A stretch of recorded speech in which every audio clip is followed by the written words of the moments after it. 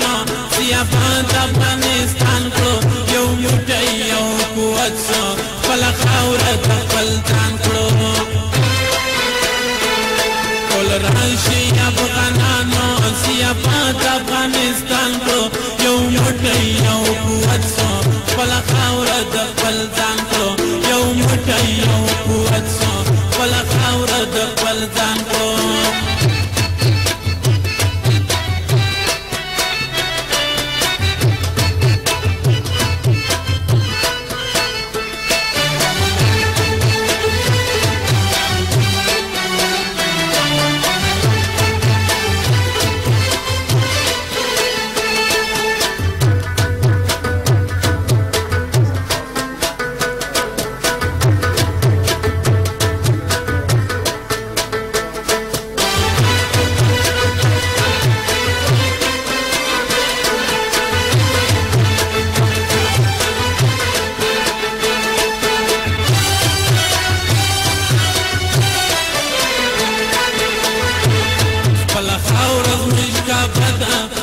پلار نکای دیره ده راسی ټول ورته سجده سو او یقین په پاک سبحان کړو خپله خاوره زموږ کعبه ده زموږ د پلار نکای دیره ده راسی ټول ورته سجده سو او یقین په پاک سبحان کړو ټول راشي افغانانو سی آباد افغانستان کړو یو موټی یو قوت سو خپله خاوره د خپل ځان کړو ټول راشي افغانانو سی آباد افغانستان کړو یو موټی یو قوت سو خپله خاوره د خپل ځان کړو یو موټی یو قوت سو خپله خاوره د خپل ځان کړو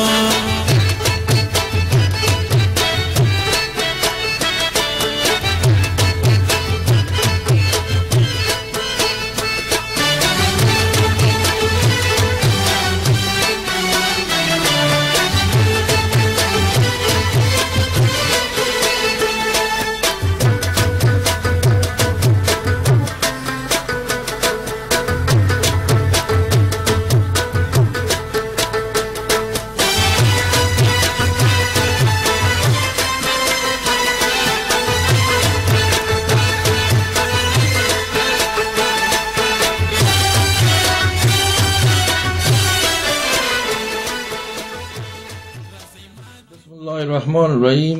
اولا سلام و احترامات قلبی خود را به فرد خواهرها و برادرای خود تقدیم میکنم. امید است که جور، صحتمند، آرام باشه. امروز روز بسیار خجسته و گرانبهاست برای ما، برای شخص ما، چرا که ما دوستای خود در استودیوی هامبورگ داریم و از خداوند جل جلاله ما شکر میکنم که دوباره ما را قادر ساخت بیاییم در خدمت دین و وطن. ما پیش از اینکه موضوعاتی که مربوطی برنامه سوره به شما تشریح بیتم و ذکر کنم، ما میخوایم که دوستای بزرگوار خود به شما هر یک معرفی کنم. در طرف راست ما جناب محترم مالیا صاحب قاصد، رئیس شورای عالی دیورنجرگه و رئیس ارتباطات بین المللی دیورنجرگه، در این حال شاعر معزز و گرامی ما. در پالوی قاصد صاحب محترم آجی صاحب فیضی است که رئیس ارتباط دیورنجرگه اروپا هستند. به طرف چپ ما شریف جان حمید است که رئیس دیورنجرگه آلمان هستند و پالوی شریف جان محترم آقای گلبهار قیام هستند که رئیس دیورنجرگه واشنگتن است که اینجا در جرمنی تشریف آوردن و میخواهند که در گردآوری که ما داریم در مقابل مرکز ناتو اونا اشتراک کنن. و پالوی قیام صاحب محترم استانکزی صاحب است که رئیس دیورنجرگه هالند است.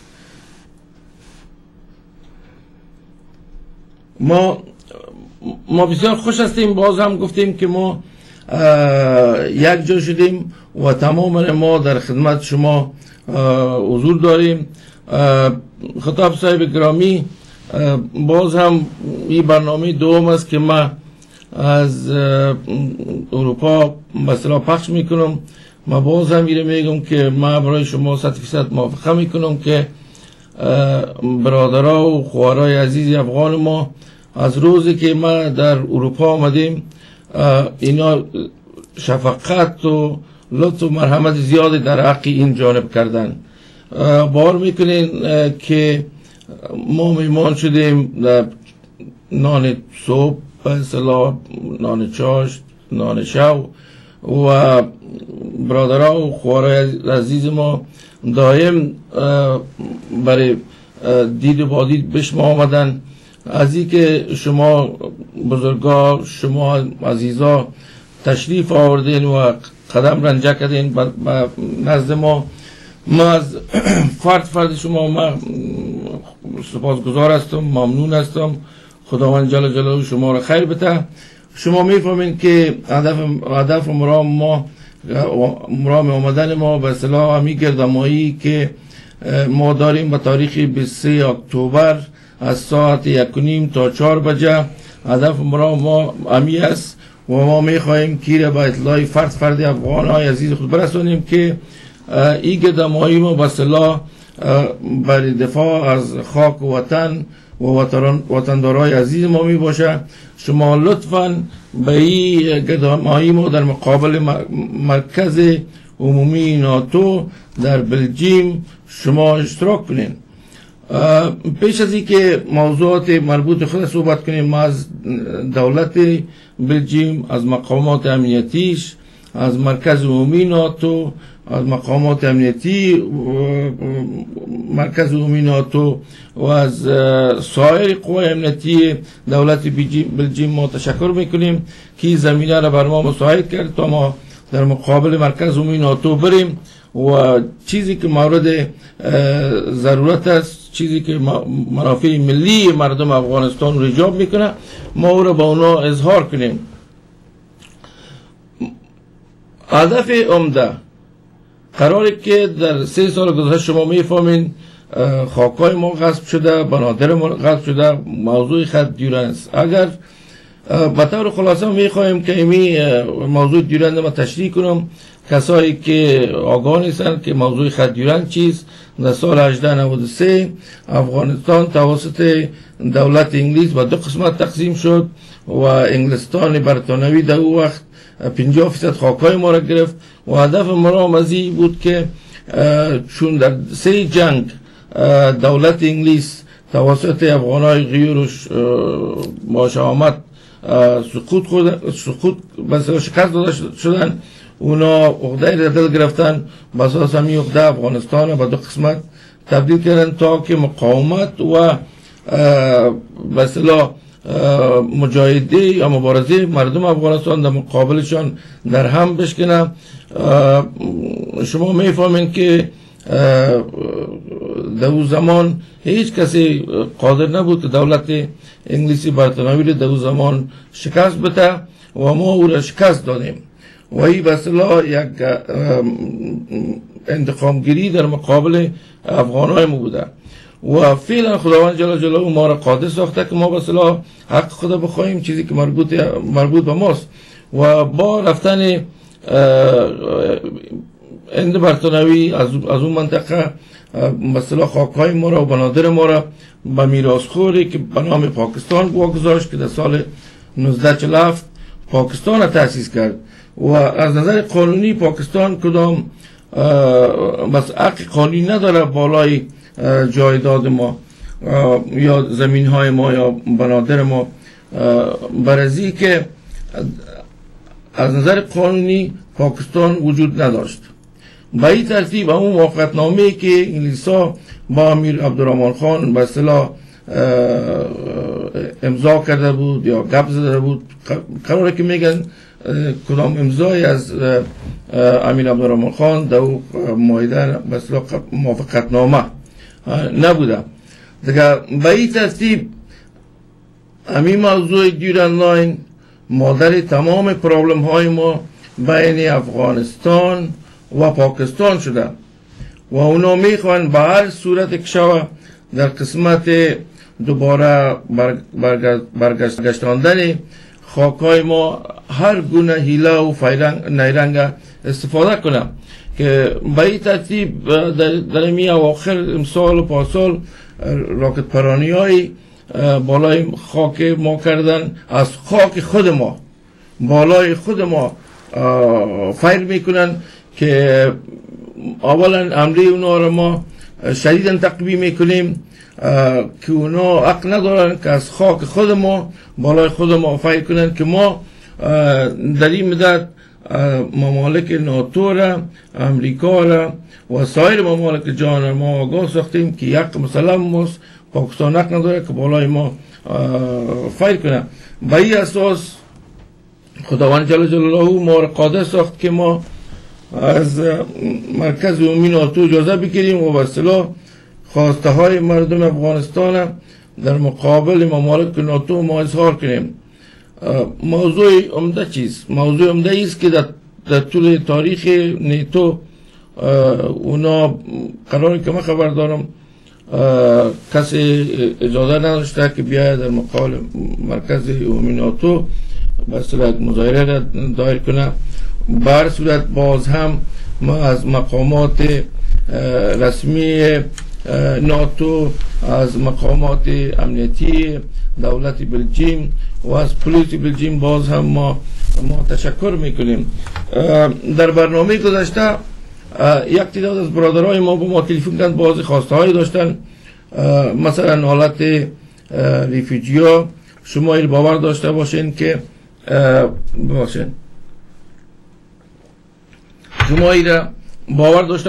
که ذره خواسته شما برادران و خوارای عزیز ما در نظر ماست. انشاءالله شما هم در مقابل مقر عمومی ناتو تشریف بیارین و اگر خواسته های دیگری می داشته باشین شما میتونین در همون وقت از ما پرسان کنید و ما میتونیم که همون خواسته شما رو ما بگنجانیم در لیست خواهشات خود که به اصطلاح قطعنامه‌ای که ما تدارک کردیم.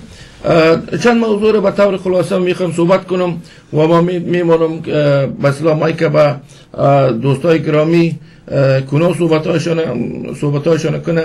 دو موضوع رو میخوایم گپ بزنم. اولی که می روان کردن اشخاصی که خود انفجار میکنه در عقب از این جنرالای بسیار عظیم آیسای شامل است. به اصطلاح اونا امی مردم بیچاره که اونا از دین مقدس اسلام آگاه نیستن، اونا را به یک ترتیب نیرنگ و فریب میتن، اونا را داخل خاک افغانستان از خاک افغانستان بالای خاک افغانستان اونا را میفرستن. یکی. دومی که قراره که ما شنیدم در قسمت در نزدیک پنجاب یک سیستم را یا در پیش گرفتن که جوانایی که از دین مقدس اسلام آگاه نیستن اونا را به ترتیب ذهنیتشان هم میشوه و پاک میکنه و داخل افغانستان روان میکنه و اعلان میکنه که افغانا را به شهادت برسانه. چطور؟ وقتی که جوانا در اتاق میاین اونا را باز در چایشان یا به ترتیب دونا دوا را میخورانه و بعد از مدتی اونا به اصطلاح بیال یعنی نمیفهمن که در کجا هستن. بعد از او یک تعداد زیادی از دخترها را داخل اتاق میکنه، باز دخترها به اصطلاح که از اینا گپ میزنه که برشان به اصطلاح اشاره میدن که خودت در یک جای بسیار بالا هستی، ما اینجا آمدیم کتت، ما کتتان هستیم در اتاق. باز مدتی دخترها را پس اتاق میکشن. وقتی که اینا دوباره به هوش میان کسی ملایی که در موجا همین کارا رو میکنه که شما ببینید که نه شما رفتین چیزها رو به چشمتان دیدین، به این ترتیب اینا رو وظیفه‌تان است که شما برین در راه اسلام به اصطلاح مبارزه کنین، خود فدا کنین. به این ترتیب ذهنیت جوانای مسلمان اونا مثلا تغییر میتن، اونا میان کار فداکاری و انفجار رو انجام میتن. موضوع دیگه ایست که در مناطقی که طالبای ماست در اون مناطق شما ببینید که نه در اوجه تلفن است، نه در اوجه تلویزیون است، نه در اوجا تلفن تلویزیون، نه کدام کامرا یا نه کدام موزیک در اوجا میمانن. به این ترتیب که اینا را کلش گور و کنگ و کر ساختن که اگر شما یه فکر کنین اگر به می ترتیب می کار را که اینا در پیش گرفتن مقامات مخصوص آیسای، شما بعد چند سال شما یک گروه کثیری از این اولادا رو میبینین که اونا به این چیز آگاه نیستن، نمیفهمن که در دنیا چی واقع شده، چی واقع میشه. اینا رو گور مثلا کور و کار و گنگ نگاه میکنن، اینا رو باعث وسیله به دست آوردن پول یعنی بسلاس خون افغان اینا رو صادر میکنن در داخل افغانستان و یا اهداف شوم تروریستی خود توسط اینا انجام میدن که باید با مقامات رسمی ناتو و امریکا و ملل متحد باید این موضوع شکایت شود. موضوع دیگه که ما به شما اطمینان میتونم که گپایی که میزنه ما خبر داریم دولت پاکستان یا اردوی پاکستان قادر نبوده که 3 ماه معاش بسیار عسکرای خود بده که به این ترتیب یک تشویش در بین قوای نظامی پاکستان خلق کرده که فضل خدا خبر خوش است. دومی که پیسه که از طرف جهان غرب با پاکستان میاد این باید بودجه مرکزی بره یا در اکانت مرکزی بره، بعد از او به دولت تقسیم شود، در حالی که این کار نمیشه. این پیسه میاد نمیفهمن مردم پاکستان که این پیسه در کجا میره. شما میفهمید که قسمت اعظم از این به بودجه آیسای میره و قسمت اعظم از این به اردوی پاکستان کنها بتوانن که همین فعالیت‌های تروریستی خود آیسای در مقابل مردم افغانستان ادامه بدن که به اصطلاح به نقص تمام ممالک است، بخصوص افغانستان که هم پیر ما از بین میره، هم جوان ما، هم خانم ما، هم اولادای ما، که ما این موضوع را به طور جدی طرح خواهد کردیم با مقامات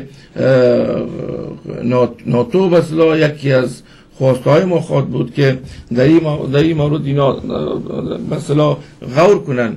موضوع دیگر که بسیار مهم است موضوع آقای حقانی است.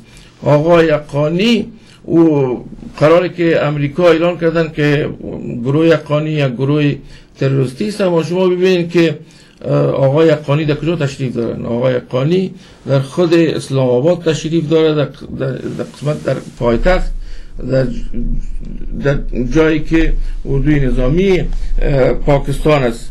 و دیگر ما موضوع مهمه که ما باید راجع به او غور کنیم امی راکت پرانی های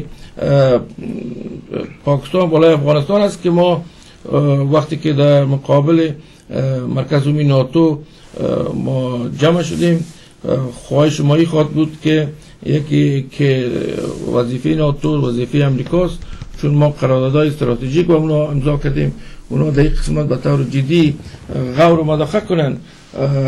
چرا این ناتو و امریکا داخل خود افغانستان وجود داره، باید از افغانستان عزیز ما دفاع کنه، بالخصوص از تمامیت اردیش، دفاع از خاک و مردم افغانستان وظیفه قوای عمومی ناتو و امریکاست. قرار که ما شنیدم میگن که قسمت اعظم فامیل های طالب آیسای اسیر گرفته، یعنی به این معنا اگر کارهایی که ما براتون میگیم شما نکنین شاید فامیل های شما در خطر باشه. این موضوعی است که من شنیدم دیروز، این موضوع رو شنیدم. امید است که این موضوع نباشه.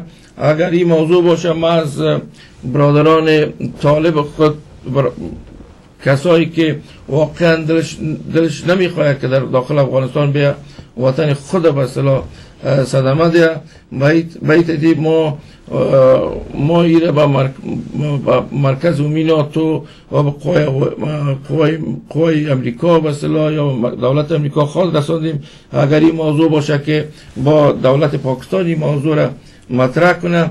چرا شما ببینید که پاکستان با اعمال دست میزنه که خلاف قانون بین المللی، خلاف حقوق بشر، خلاف قوانین دین مقدس اسلام است. اگر ما پاکستان را با همسایگی خود نداشته باشیم امروز به این حال روز نمیرسیم.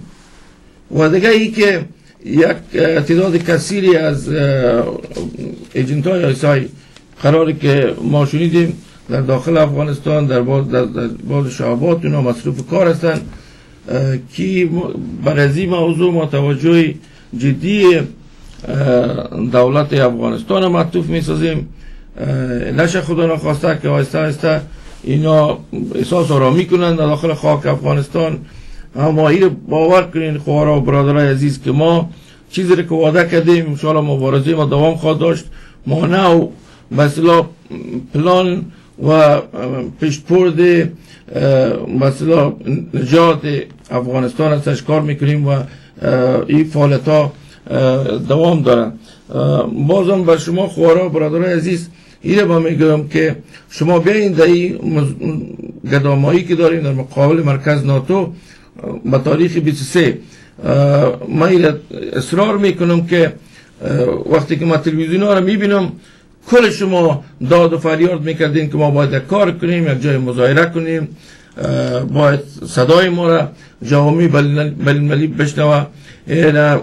ما همین برادرها و دوستای که همراه ما هستن و سایر برادرها ما همین کار به شما کردیم با اصطلاح و فضل و مرحمت خداوند جل جلاله با تاریخ 23 از ساعت 1:30 تا 4 اجازه گرفتیم که شما حضور با هم برسانین و همراه ما آوازتان بلند کنین.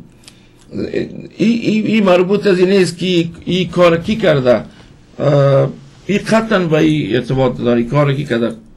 ما خادم ملت افغانستان هستیم. ملت افغان سرما حق داره، خود خاک افغانستان سرما حق داره. در اوج ما تولد شدیم، در اوج ما تحصیل کردیم، ما را خداوند جل جلاله قادر ساخته که ما می خدمت کنیم. موضوع دیگه است که دیگه موضوع عمده ای که بسیار من رنج میده ای که همین کلتوری که در افغانستان توسط یک عده به اصطلاح به وجود آمده، کسایی که از خارج میآیند اونا را با الفاظ مختلف یاد میکنن. او برادرها وطن شماست، وطن ماست. شما از چی حراس دارین؟ ما که با حیث ریفیوجی یا پناهنده در این ممالک زندگی میکنیم، شرایط بر ما ناگوار بود. شما میفهمید از زمان حمله روسا تا به حال، اما ما افغان هستیم. آرزو شوق ما خدمت با مردم افغانستان است. باید این کلتوری که توسط یک عده مخصوص در داخل افغانستان به وجودی از بین برده شود توسط دولت افغانستان و دیگر موضوعاتی که حالا ما سرش صحبت نمیکنیم، موضوعات انتخاب و سایر موضوعات سرزی باید بحث شود که ما حق رای مساوی داشته باشیم که شخص مورد نظر خود به حیث رئیس جمهور ما انتخاب کنیم. ما نمیخوایم که زیادتر از این صحبت کنم. ما که بله جناب محترم قاصد صاحب مالیار صاحب قاصد ما که میتونم اینا صحبت های دارن، باز میاییم با همراه سایر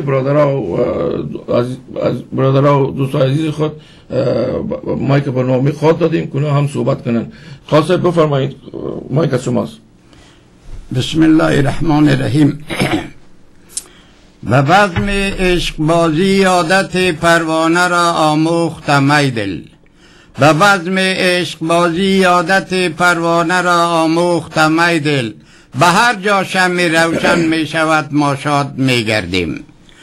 هموطنان عزیز و گرامی، من از طرف خود و به وکالت از طرف اعضای هیئت رئیسی دیورنجرگه، سلامای گرم و شادباش خود خدمت هر یک از خواهران و برادران هموطن در هر کجایی که هستند تقدیم میکنم.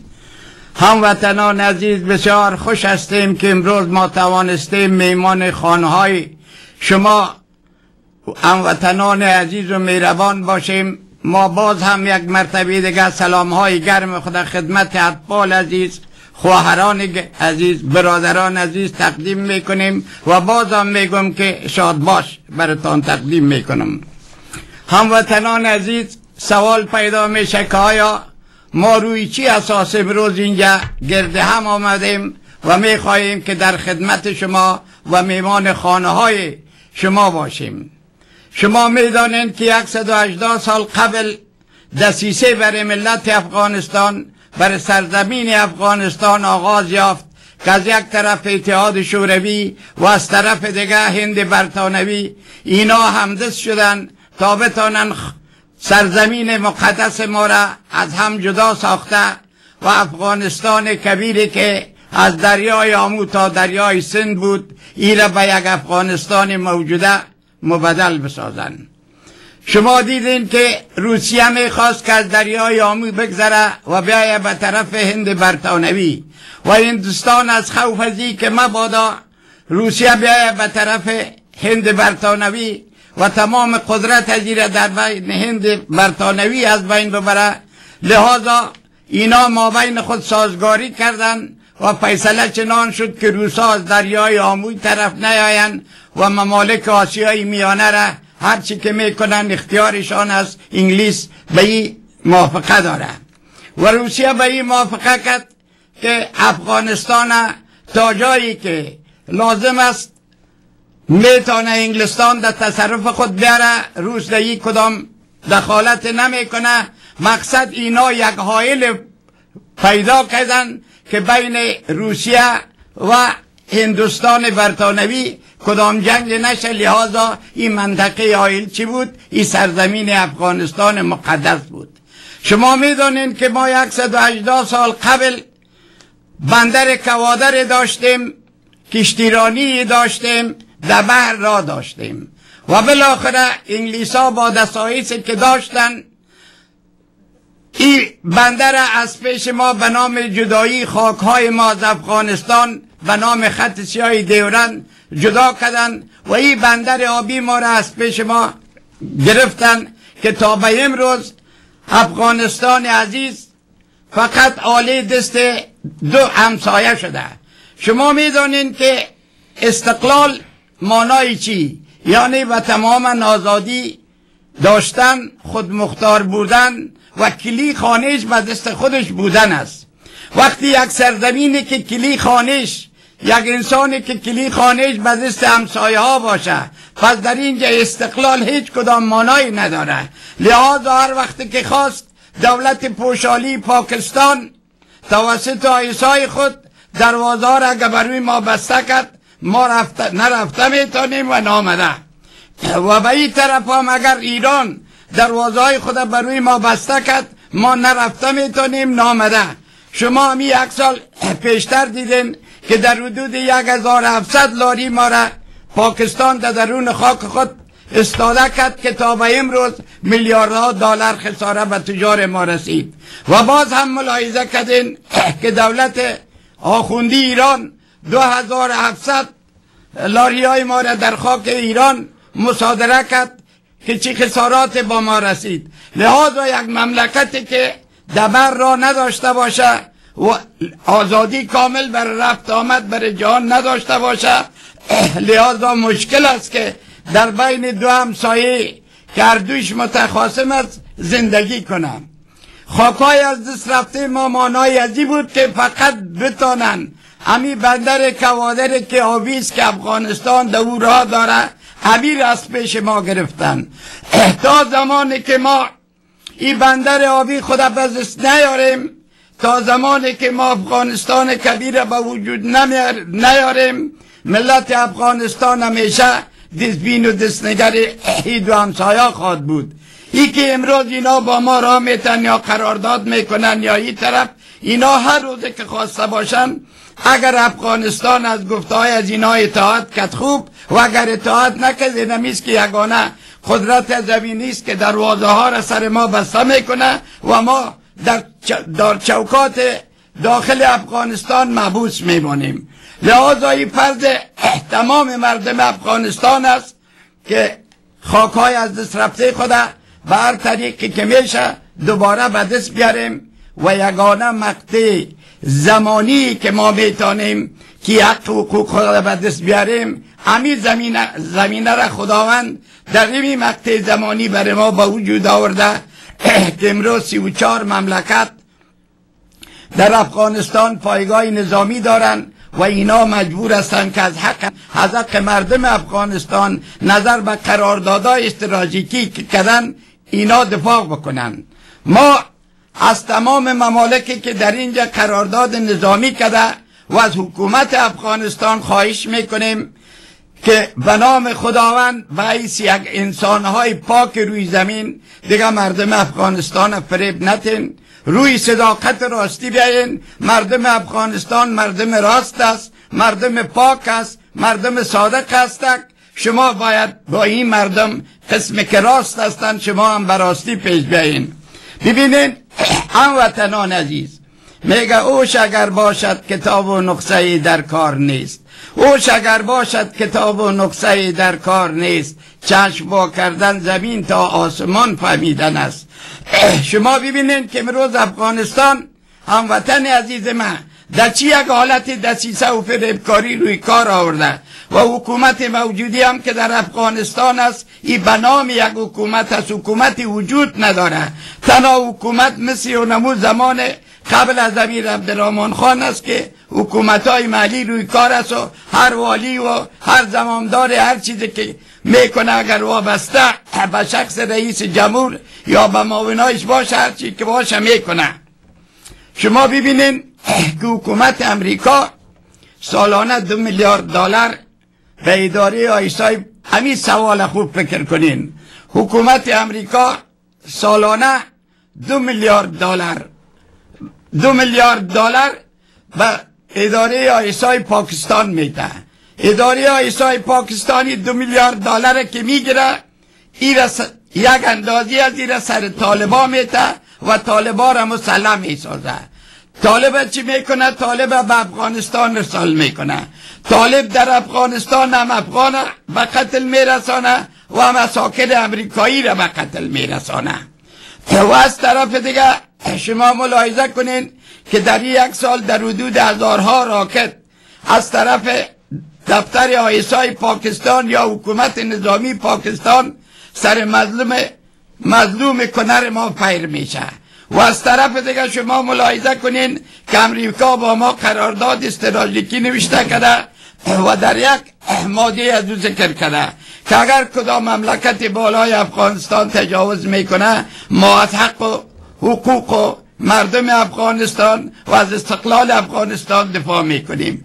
حال شما ببینین که از یک طرف راکتا به خاک ما فیر میشه، از یک طرف طالب میای ما را میکشه و امریکایی را میکشه، از یک طرف حکومت امریکا کمک خود با آیسای میکنه، تو با ما قرارداد کردی خود در کوچه اثر چپ میزنه.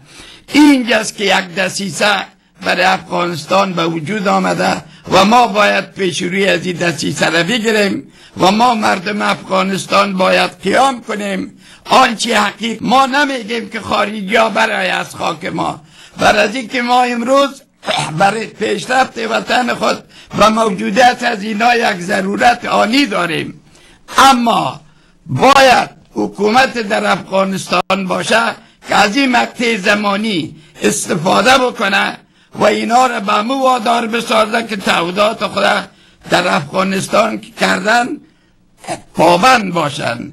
لذا هموطنان عزیز، من به شما میگم که ملت افغانستان باید هوشیار باشه، هوشیاری خود از دست نده.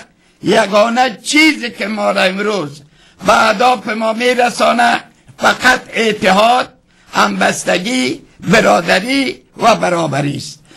تا زمانی که در بین ما و شما دشمنا این جملات تاجک، ازبک پشتون، هزاره و ترکمن پرتن و از این نفاق ما و شما استفاده کنن، ما و شما پیروز نمیشیم. فریاد ما به حضور شما مردم افغانستان است که بیاین تعصبات نژادی را، تعصبات قومی را، تعصبات قبیلوی را زیر پا بگذارین، باعث یک افغان پاک و سچه از وطنتان دفاع کنین.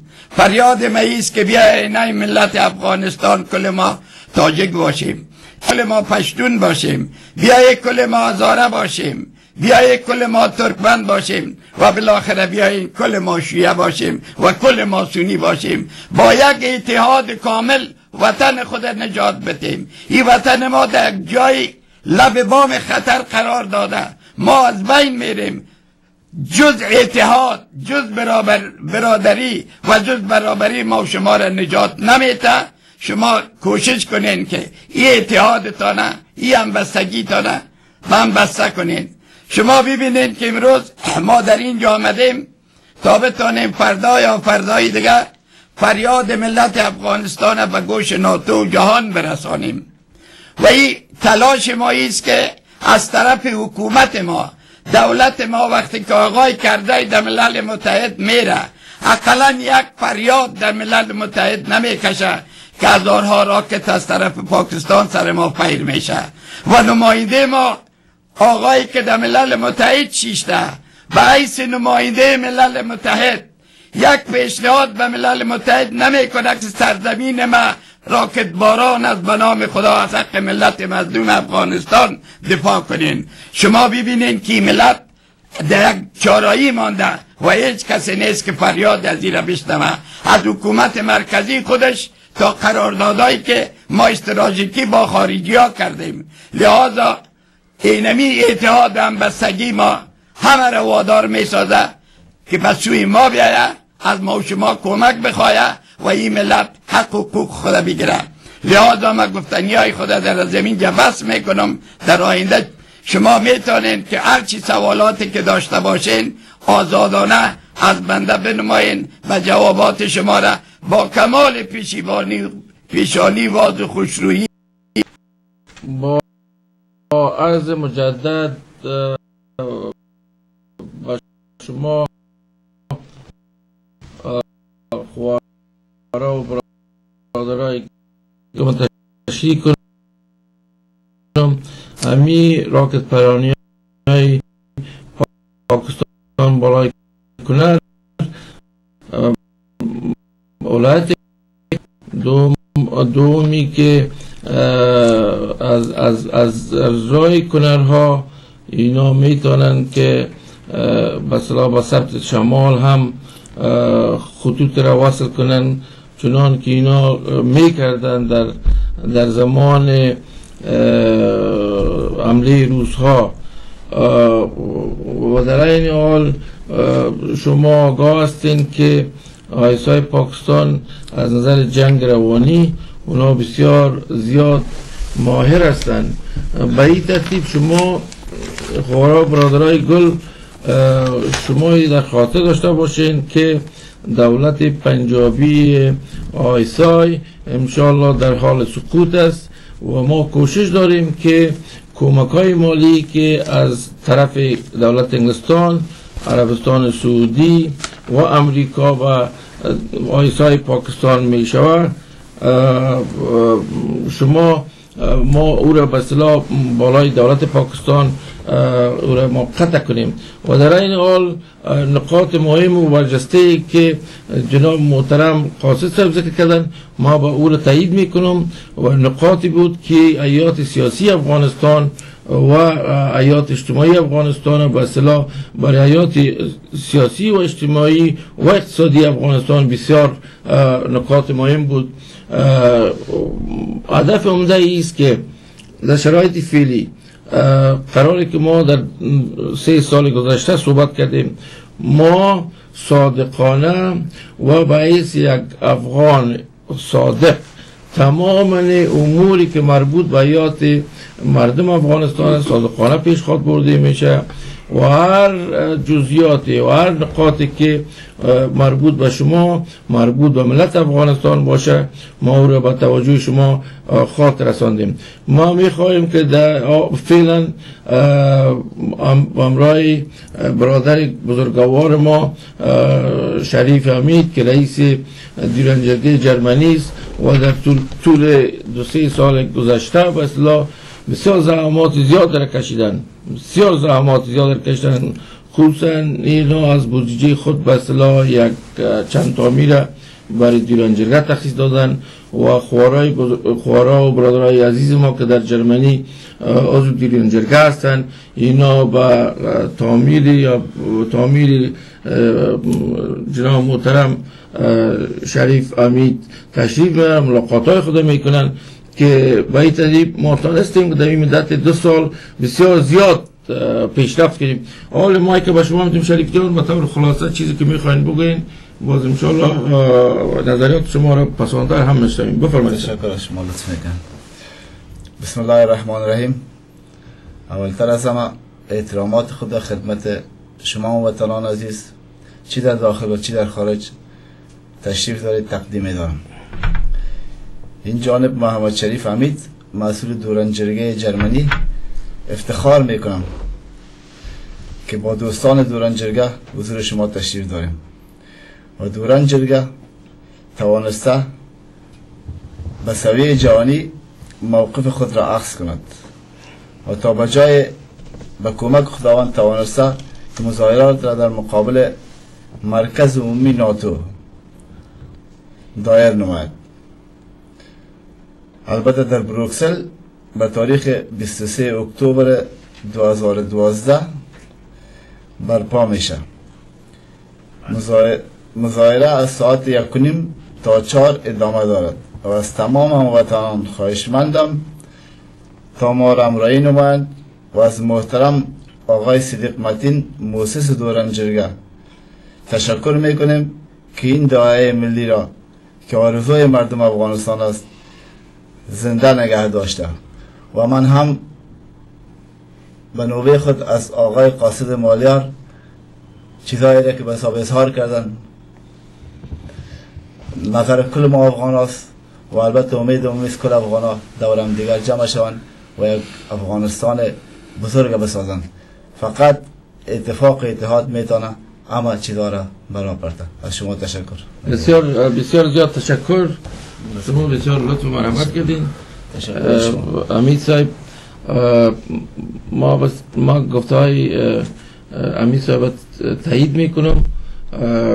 تا یک نقطه را باید بگوییم که در این مقطع تاریخ با ما هم اتفاق کنیم و موضوع ملی خود از صرف و صرف از نظر ملی در نظر بگیریم و او را به اصطلاح او را پیش ببریم. حال ما از برادر گرامی آقای گلبهار قیام که از رئیس دیرانجرگه واشنگتن هستند، از واشنگتن به جرمنی تشریف آوردن، از اونا میخوایم چند نکات را ذکر کنیم. بفرمایید آقای قیام. بسم الله الرحمن الرحیم. هموطنان گرامی، نام گلبار و تخلص فامیل ما قیام است. اضافتر از 43 سال میشه که من در ایالات متحده امریکا زندگی میکنم، اما در مدت 43 سال اقامت در امریکا قلبم بر افغانستان و بر مردم میتابم. چون موضوع خیلی دیورند است و قسم کلتان شنیدین متین صاحب و مالیار صاحب مفصل توضیح کرد، ما یکم خدمتتان تذکر میتونم که اگر به تاریخ معاصر افغانستان ما نظر پرتیم، پاکستان از بعد تاسیس خود تا امروز در مقابل افغانستان از هیچ قسم چال و نیرنگ اینا دریغ نکردن. چنانچه کل ما شمایدیم که بعد از تجاوز اتحاد شوروی در سال 1978 که منجر به قتل هزاران فرزند افغان با آوارگی بیش از میلیون ها افغان در سراسر دنیا شد، در ظاهر پاکستان 1 میلیون نفوس ما را در خاک خود ما اجازه اقامت داد، اما در واقع اینا به میلیون ها دلار از ملل متحد، از امریکا، از غرب و از ممالک عربی گرفتن و به اصطلاح از گو غدود برای سران مجاهدین متواقی تمام پیسران در جیب خود انداختن مردم ما در این مدت چی مظالم را بود که از دست از اینو ندید. وقتی که استقلال افغانستان به قیمت خون هزاران فرزند افغانستان حاصل شد، یعنی روسا از افغانستان برآمدن، اینا آتش دیگه را در افغانستان در دادن که هفت تنظیم در افغانستان روان کردن و به ظاهر یکی صدراعظم خودشون ساختن و یکی رئیس جمهور. صدراعظم در مقابل رئیس جمهور به جنگ انداختن، یعنی پیش ملت، پیش دنیا تو وانمود کردن که اونا دو افغان از مابین خود جنگ میکنن. اما در حقیقت آیسای پاکستان در عقب جا بود، یعنی گلبودین در چهارآسیا شده بود و برهان الدین ربانی در کابل امرای صلاح سقینا جنگ میکرد. با کلتان و هیچ حاجت نیست که ما کدام اسنادی در خدمتان ارائه کنیم. شهر کابل اینو با ویرانه تبدیل کردن و اضافتر از 60,000 انسان بیگناه در افغانستان به شهادت رسید. و چنانچه نواز شریف صدراعظم پاکستان وقتی به مرتبه دوم که خود به صدارت پاکستان کاندید میکرد، در مقابل سوال یک نامنگار آشکارا گفت، وقتی که نامنگارش سوال کرد که تو دیگه مدت پیشتر برای ما چی کاری کالم پس رئیس صدراعظم پاکستان خود انتخاب میکنیم، نواز شریف به صراحت گفت که یک اردوی 100 سالی افغانستان براتون توته که دیگه از ما چی میخواین. یعنی در هر موقع و در هر دقیقه اگر شما ببین اینا سر افغانستان ظلم کردن و میخواین که آخرین ضربه خود در افغانستان اینو وارد کنن. و امروز چقدر جای خوشبختی است که ناتو بعد از 70 سال بعد بر افغان‌ها اجازه داد که در مقابل دفتر ناتو با تاریخ 23 اکتبر مظاهره کنه و اونجا امریکا آمدیم تا این مظاهره را برای پرتیم و از تمام افغانایی که در اروپا زندگی میکنن ما خواهش میکنیم که با تاریخ 23 اکتبر با پیشوی ناتو تشریف برن تا این مظاهره برای پرتیم. تشکر میکنم. بسیار منتون مرامت کردین، صحبت تان را تایید میکنم. ما میخوایم آلی از برادر گرامی ما رئیس دیرنجرگی آلند خواهش کنم استانکزی صاحب که صحبت های خود ادامه بتن، صحبت های خود شروع کنن و از او بعد ما موضوعات دیگر از صحبت خواهد کردیم. و کوشش ما ایست که امشب به اصطلاح از جرمنی، از هامبورگ تلفن های شما خوارا و برادرها را بگیریم. استانکزی صاحب ما در اختیار شماست. چیچمی ما بولا غرزنگ را بانده مکڑا، چیچمی ما بولا غرزنگ را بانده مکڑا، زپده افتادگی که لوی گرنگم، زپده افتادگی که لوی گرنگم. به نام خداوند و به عرض سلام و سلام های ویژه‌ای به مادران و پدران افغانم و آفرین به مبتکر دیورنجرگه برادر بزرگ ما آقای صدیق متین که ابتکار کرد و این صدا را بر جهان رساند. در 2 سال گذشته پاکستان بیش از 5000 راکت به سرحدات ما فایر کردند که در نتیجه به صدها انسان، طفل، زن، مرد، حتی حیوانات زخم برداشتند و شهید و کشته شدند. به همین مناسبت جرگه دیورند در سراسر دنیا مظاهرات، تظاهرات، کنفرانس ها را دایر کرده و میکنه تا این صدای مظلومیت مردم افغانستان را به جهان برساند. به همین مناسبت به تاریخ 23 ماه اکتبر یعنی 3 شنبه آمدنی تمام افغانهای اروپا عزم کردند که این صدا را به دفتر ناتو هم برسانند.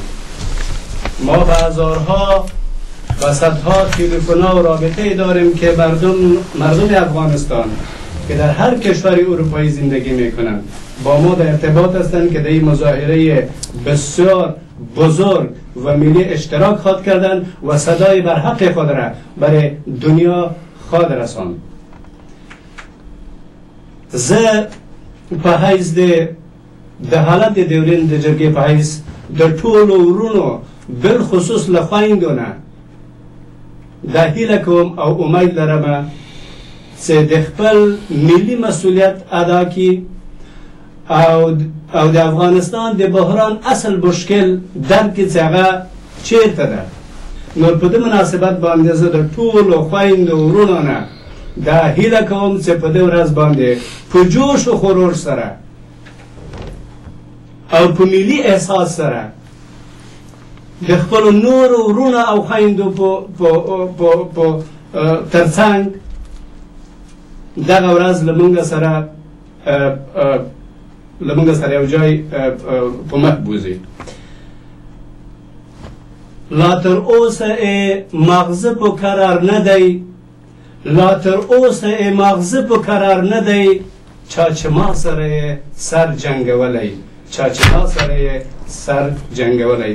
تشکر از شما. لطف کردین استانگزای صاحب محترم، با تایید گپای شما جای خوشی است که شما میبینین خوارا برادرای عزیز در سرتاسر دنیا که برادرها در خدمتتان هستند و ما یک لحظه فرصت از دست نخواهد دادیم که از منافع ملی افغانستان دفاع کنیم. یک لحظه. حالا ما میخواهیم که از جناب محترم حاجی صاحب فیضی خواهش کنم صحبتان خود کنن. جناب محترم فیضی در طول امی 3 سال زحمات زیاد را به خرج بردن و فعالیت‌هایشان از اروپا گرفته تا افغانستان تا بسیار مناطق دوردست افغانستان آشکارا و نمایان بوده. ما از اونا شخصا تشکر میکنم. حاجی صاحب ما که با شما میتونم شما صحبت کنین. خوارا برادرای عزیز و گرامی، ما میخوایم که تلفن‌های شما را بگیریم بعد از صحبت حاجی صاحب فیضی. نقاط را که شما میخواین به توجه ما برسانین و نقاط را که شما میخواین که بیاین اوجا در مقابل مرکز عمومی ناتو شما صحبت کنین، اون نقاط با ما بگوین. ما شما میخواهیم که مثلا بیاموزیم که چطور ما این جمع‌آوری را مثلا انجام بدیم، چرا ما دائما به نظریات شما احتیاج داریم و شما ما میآموزیم. ما که برای حاجی صاحب فیضی میتیم، بعد از او باز خوارا برادرای عزیز تلفن‌های شما را میگیرم. حاجی صاحب فیضی بفرمایید. السلام علیکم. ما حاجی امیر فیضی و ما مسئول ارتباط اقوام بودیم و وظایف خود در جریان 3 سال که تقریبا 10 ماه ما در صرف افغانستان بودیم. با مون مشکلاتایش یک دفعه 6 ماه بودیم و دفعه دوم 4 ماه رفتیم و می ارتباط کار کردیم و ما تا اندازه که وسع و توان ما هست ما به اختیار به خدمت ملت افغان خود هستیم و می باشیم. ما دیگر چیز گفتنی ها قبلا دوستا تماما گفتن، میتونیم که با تلفن‌های دوستا بریم که چی میکنیم. دیران جرگه بفرمایید، خدمت آن هستیم صاحب. از که پرسان کنم جان بفرمایید صاحب. نقطه گپ زدن مشروع است. نه شما بفرمایید. حالا یکم که یعنی تأخیر است، حالا شما میتونید سوالاتون کنید، عمل کنید صاحب. اسمتون از کجا تلفن میکنید صاحب؟ ما دبی تلفن میکنم به شما. سلام علیکم برادر گرامی، اسم مبارکتان صاحب. ان شاء الله شما را نزدیک خود دیدیم در آینده قریب. برادر گرامی اسم مبارکتان. قربان شما. نام عبدالله جان بفرمایید صاحب، عمل کنید صاحب. اگر پشتو خبری وکړه صاحب. تاسو د 20م تاریخ په جرمني کې دا کار وکړي. جرمني نه صاحب، د 20م په د ناتوب مخکې بله مخکې په مرکز کې یا 1:30 بجې تر 4 بجې پورې. په افغانستان کې هم څوک لرئ چې افغانستان هم لریم زموږ د ډیورند جرګه رئیس ډاکټر میرویس حسن ده په کابل کې. بله میرویس حسن که هغوی که غواړي چې د دغه کې مظاهره وکړي. هغوی اوس خو مونږ د ناتو په مقابل کې مظاهره کوو، بیا انشاءالله تا ته ووایم څه وخت مونږ مظاهره په کابل کې لرو انشاءالله. داسې دي چې تاسو تر ما ښه پرې پوهېږئ دا اوس چې په موږ باندې حکومت کوي دا چې ناست دي دا په خپله له پنجابیان نه دي په عذاب دي چې ژر دغه کرښه وپېژني او دې له دې جنګ او آرام دي. مونږ خو کوشش کوو رجوع نستا مرستې مونږ ضرورت لرو. بیا که مونږ یو متې شو انشاءالله پاکستان به هېڅ نه وي انشاءالله هېڅ هم نه ده. نو خو بیا هلته سړي لري که نه او حکومت چې راباندې کوي هغه ټول نه مونږ هم زیار باسو انشاءالله تشویش مه کوه پنجابان هېڅ شی هم نه ده. تاسو کوشش وکړئ چې دا په کابل کې چې دا زموږ په سر باندې حکومت کوي دا رسوا کوي چې دا خلک یې وپېژني چې دا د پاکستان خلک دي دلته په موږ باندې حکومت کوي. تر هغو دې ډېر په عذاب. بلکل صحیح بلکل صحیح. ډېره مننه صاحب ډېره مننه. السلام علیکم. ډیورند جرګه صدیق متین خدمتتان عمل کنید صاحب. بله سلام علیکم. السلام برادر گرامی، ما اسم مبارک کجا تلفن آوازتون یکم بلند. چی حال دارین؟ خوب است؟ شکر زنده باشید. یکم بلند گپ بزنید صاحب. صدای مرا میشنوید؟ آره میشنوم بفرمایید صاحب. خدمت عرض شود که ما بسیار از پروگرام بسیار عالی و بسیار پروگرام خوب زنده باشید صاحب. خواستم یکی سوال مزی بود که امی آقای قاصد ماریار بله چون بسیار یک شاعر زبردست است. بله تشکر صاحب لطف کنید. یک سیاستمدار که امروز از طریق تلویزیون شما برنامه شما میبینم. بله دیگه من خواستم که آقای مالیار خدا برای من مکمل معرفی کنه که چی کاره بود در افغانستان، وظیفهش چی بود و رابطه به شعرهای اشاعری که نوشته میکنه و میگه خودش بسیار ماهر است. میخواستم از خودش بشنوم. هزار دفعه سبب می کارو ما میکنیم. بسیار زیاد تشکر. شنونده عزیز از حسنیت شما یک جان تشکر. همین که در این پروگرام اشتراک کردین یه نمایندگی از وطن پرستی شما از شامت شما میکنه. همین که سوالی که از ما کردین یک جان تشکر. ما اسم ما مالیار تخلص شیری ما قاصد از شیوکی کابل ولایت کابل هستم. بله چندین سال ولسوال بودم، تقریبا چندین سال 40 سال باعث یک مامور دولت در افغانستان کار کردم، باعث ولسوال شهروال و بالاخره آخرین وظیفه من ریاست تفتیش وزارت آب و برق بود. بله بله.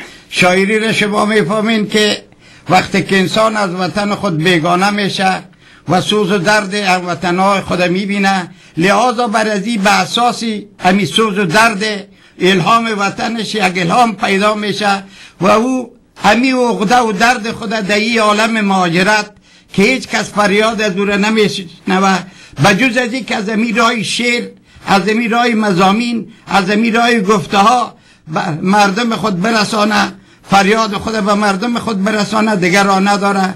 من از لطف شما یک جهان تشکر میکنم از اینکه در این پروگرام ما اشتراک کردین. قلبا از شما تشکر میکنم. خواهش میکنم کسی هستم که آقای مالیار مسئولیت از تلویزیون های پروگرام های مختلف از تلویزیون آقای مسکینیار میشنوم امثال از او و خودتان تا جایی که من اطلاع دارم در زمان نجیب هم خودتان وظیفه داشتین و حالا شما به عنوان یک سیاستمدار در افغانستان نظر میتین و نظر میخواین و امثال از این چیزا. تا جایی که من اطلاع دارم آقای مالیار اگر ایده خودت و همین نظر خودت اگر باشه امروز در رأس دولت افغانستان کرزی، فهیم، امثال از او بسیار کسایی هسته. ما که اینطوری میبینیم که یک چیز مجسم میشه که تفاوت بین خودتان هنوز کدام تفاوت نیسته. ما خواستم این سوال از پیش بکنم. من مشخصات خودت خواستم. آقای محترم شما سوالتان که از پیش ما کردین شما ایره بفهمین که در دولت کمونستا تمامش کمونست نبود. و شما معلوم است که یک تعداد بی‌طرفان در اونجا وطنش بود، خاکش بود، کار میکرد. در حدود 3 میلیون یا 1 میلیون یا 2 میلیون ماموری که بود همش کمونست نبود. اینا وطن دوستان بود، وطن پرستان بود. لحاظ از پرسش شما یک جان تشکر. خدا حافظ. عرض ممیس آقای مالیار. بشنوید آقای مرد. برادر گل یک نقطه رو به شما ذکر کنیم که حالی راجع به مظاهرات ما صحبت میکنیم. باز بخیر یک برنامه دیگر دایر خواد کردیم که شما سوالایتان کنین. حال وقت به یک اعلان تجارتی میریم، یک اعلان تجارتی میریم. شما لطفاً باشین، باز ما سوالای شما رو میگیریم. از سوالاتون برادر گل بسیار زیاد تشکر.